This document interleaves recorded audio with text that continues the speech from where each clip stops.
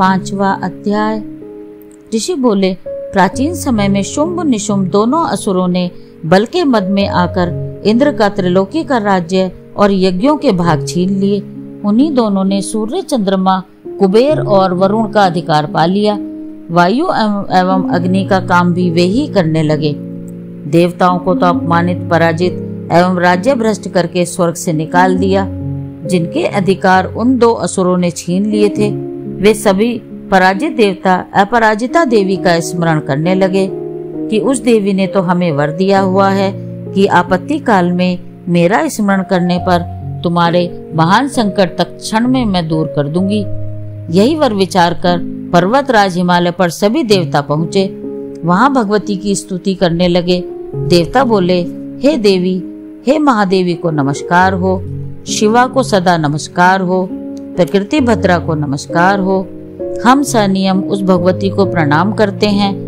रुद्र रूपा को नमस्कार हो, नित्य स्वरूपा गौरी धात्री को नमो नमः हो, ज्योत्सना रूपिणी चंद्र स्वरूपा सुखमयी को निरंतर नमो नमः। प्रणाम करने वालों की उन्नति करने वाली सिद्धि स्वरूपा को नमस्कार हो। दैत्यों की लक्ष्मी, राज्य लक्ष्मी, शंकर पत्नी माता जी को नमो नमः हो। दुर्गा, संकट के पार कराने वाली दुर्गपारा, सार रूप सारा सर्वकारिणी ख्याति कृष्णा धूम्रा देवी को निरंतर नमस्कार हो। अत्यंत सुंदर एवं अत्यंत भयंकर रूप उस देवी को बारंबार प्रणाम हो। जगत की प्रतिष्ठा रूपा कृति देवी को नमो नमः हो। जो देवी सभी प्राणियों में चेतना कही जाती है, उसे बारंबार प्रणाम हो। जो देवी सभी प्राणियों में निद्रा रूप से कही गई है, उसे नमस्कार हो, उसे बारंबार नमस्कार हो।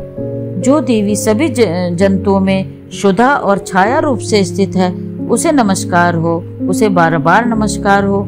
जो देवी प्राणियों में क्षमा, शक्ति तथा तृष्णा रूप से स्थित है, उसे नमस्कार हो, उसे बार बार नमस्कार हो। जो देवी सब प्राणियों में लज्जा, शांति और श्रद्धा रूप से स्थित है, उसे नमस्कार हो, उसे नमस्कार हो, उसे बार बार नमस्कार हो। जो देवी सभी प्राणियों में कांति रूप से स्थित है, उसे नमस्कार हो, उसे बार बार नमस्कार हो। जो देवी सभी प्राणियों में भ्रांति, क्रांति, कांति और जो लक्ष्मी रूप से स्थित है, उसे नमस्कार हो, उसे बारंबार नमस्कार हो। जो देवी इस सारे जगत में व्यापक होकर चैतन्य रूप से स्थित है, उसे नमस्कार हो, उसे बार बार नमस्कार हो। प्राचीन काल में अपने मनोरथों की सिद्धि के लिए देवताओं ने जिस देवी की स्तुति की, इसी प्रकार कई दिनों तक सुरपति इंद्र जिनकी सेवा करता रहा, वह मंगल रूपा परमेश्वरी हमारे मंगल एवं कल्याण करे और हमारी आपत्तियां दूर करे। दुष्ट दैत्यों से संतापित हम संपूर्ण देवता जिस भगवती ईश्वरी को नमस्कार कर रहे हैं और भक्ति पूर्वक नम्रता के स्वरूप मनुष्य द्वारा स्मरण किए जाने पर उनकी विपत्तियों का नाश कर देती है, वह हमारी सभी विपत्तियों को दूर करे। ऋषि बोले, हे राजन, देवता लोग जब इस प्रकार भगवती की स्तुति कर रहे थे, उस समय श्री गंगा जी के जल में स्नान करने के लिए श्री पार्वती जी आईं। उस समय सुंदर भवों वाली पार्वती जी ने देवताओं से कहा कि तुम लोग किसकी स्तुति कर रहे हो। तब उनके शरीर कोश से प्रकट होकर शिवा बोली, ये देवता तो शुंभ दैत्य से सताए हुए एवं संग्राम में निशुंभ से पराजित हुए मिलकर मेरी ही स्तुति कर रहे हैं। श्री पार्वती के शरीर कोश से श्री अंबिका जी का प्राकट्य हुआ। इसी कारण सारे संसार में कौशिकी के नाम से प्रसिद्ध हैं। इस प्रकार जब कौशिकी प्रकट हुई, श्री पार्वती जी रूप में काली हो गईं। हिमालय में रहने के कारण काली का नाम विख्यात हुआ। उसके अनंतर शुंभ निशुंभ के नौकर चंड तथा मुंड ने वहां आकर उस अंबिका देवी को देखा, जो उस समय परम सुंदर रूप धारण कर रही थी। उन दोनों ने शुंभ दैत्यों को जाकर कहा कि हिमालय को अपनी कांति से प्रकाशित करती हुई परम सुंदरी स्त्री वहां बैठी हैं। वैसा उत्तम परम सुंदर रूप किसी ने भी कहीं देखा न होगा। हे असुरराज, वह देवी कौन होगी, इस बात का आप ही पता लगाइए और ग्रहण कीजिए। वह स्त्री क्या है? रत्न ही है। उसके तो सभी अंग बड़े मनोहर हैं।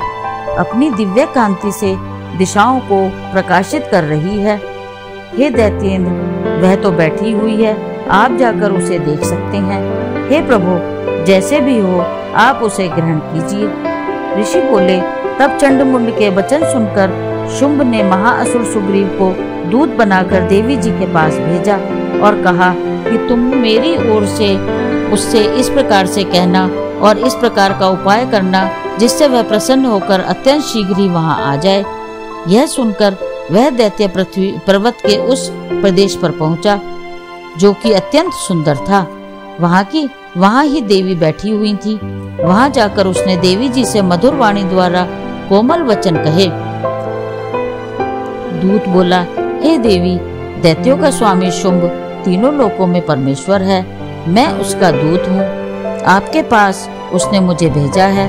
मैं वहाँ जो उसकी आज्ञा न मानता हो उसे परास्त कर देता हूँ। उसने सभी देवता परास्त कर दिए हैं। अब आपके लिए जो संदेश है वह मुझसे सुनिए। उसने कहा है, सारी त्रिलोकी मेरी हो चुकी है, सभी देवता मेरे अधीन हैं, सभी यज्ञ भाग पृथक पृथक करके मैं ही पा रहा हूँ। त्रिलोकी भर के उत्तम सभी रत्न मेरे अधीन हो चुके हैं। उसी इंद्र के वाहन श्रेष्ठ ऐरावत को, हाथी को भी मैंने छीन लिया है। देवताओं ने क्षीर समुद्र से उत्पन्न उच्चैश्रवा नामक अश्व रत्न प्रणाम करके मुझे भेंट कर दिया है। और भी जितने देव, गंधर्व एवं नागों के पास रत्न रूप वस्तुएं थी, वे सब की सब हे सुंदरी मेरी हो चुकी हैं। हे देवी, अब हम तुमको स्त्रियों में रत्न मान रहे हैं। इस कारण अब आपको भी हमारे पास आ जाना चाहिए, क्योंकि हम तो रत्न के भोक्ता हैं। अब तुम्हारी इच्छा है, मुझे अथवा मेरे पराक्रमी भ्राता निशुंभ को, इन दोनों में से किसी को वर लो, क्योंकि तुम रत्न रूप हो। मेरे साथ विवाह कर लेने से तुम्हें अतुल ऐश्वर्य प्राप्त हो जाएगा। यह अपनी बुद्धि के द्वारा सोच लो, फिर मेरे साथ विवाह कर लो। ऋषि बोले, जब इस प्रकार देवी से दूत ने कहा, तब वह जगत को धारण करने वाली भगवती देवी जी गंभीर होकर मंद मुस्कान करके बोली, हे दूत, तुमने जो कुछ कहा वह सत्य है, मिथ्या कुछ भी नहीं। इसमें संदेह नहीं कि शुंभ त्रिलोकी का स्वामी है और निशुंभ भी वैसा ही है, किंतु मैंने प्रतिज्ञा की हुई है, उसे किस प्रकार मिथ्या करूं?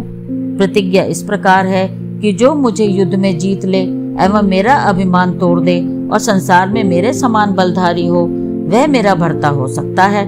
शुंभ आए अथवा महाअसुर निशुंभ आ जाए, मुझे जीतकर मेरा शीघ्रता से पाणी ग्रहण करे।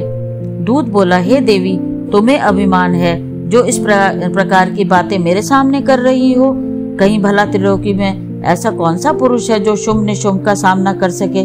सारे देवता तो दूसरे दैत्यों का सामना भी नहीं कर सकते। तू तो स्त्री है, फिर अकेली बैठी है।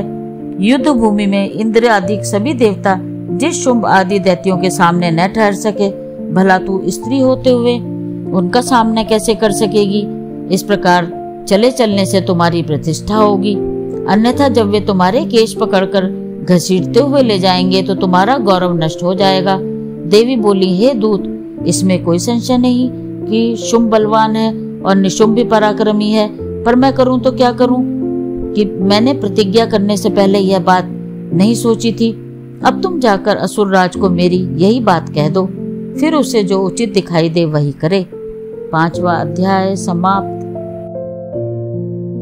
लाइक करें, सब्सक्राइब करें तथा हमारी नई वीडियो देखने के लिए बेल आइकन दबाएं। धन्यवाद।